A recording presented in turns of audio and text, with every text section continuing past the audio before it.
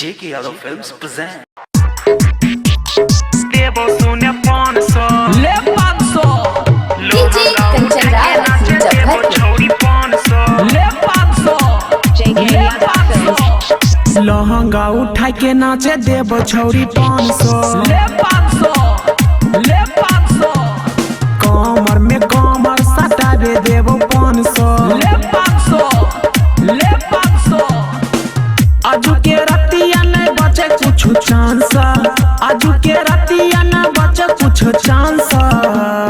ले 500 लागे साटे छौरी तोरा देव सुने 500 लहंगा उठा के नाचे देव छौरी 500 देवो सुने 500 ले 500 JK Yadav Films DJ Kanchan Raj देवो मुजफ्फरपुर सुने 500 ले 500 ले 500 हाँ अली बंगाल से बिहार छौरी नाचे उमर छौ डार्लिंग अभी तो हर कांचे बोले तो अपन जवानी के रेट गे इहे मामला के देबो छौरी सेट गे इहे मामला के देवो छौरी सेट गे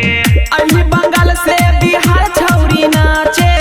उमर छौ डार्लिंग अभी तो हर कांचे बोले तो अपन जवानी के रेट गे इहे मामला के देबो छौरी सेट गे आजू के रतिया नहीं बचे कुछो चांस आजू के रतिया नहीं बचे कुछो चांस हमरा संग में छौरी call romance JK Yadav Films हे गे लहंगा उठा के नाचे देबो छौरी 500 presented by Albina Recording Studio ले Simla 500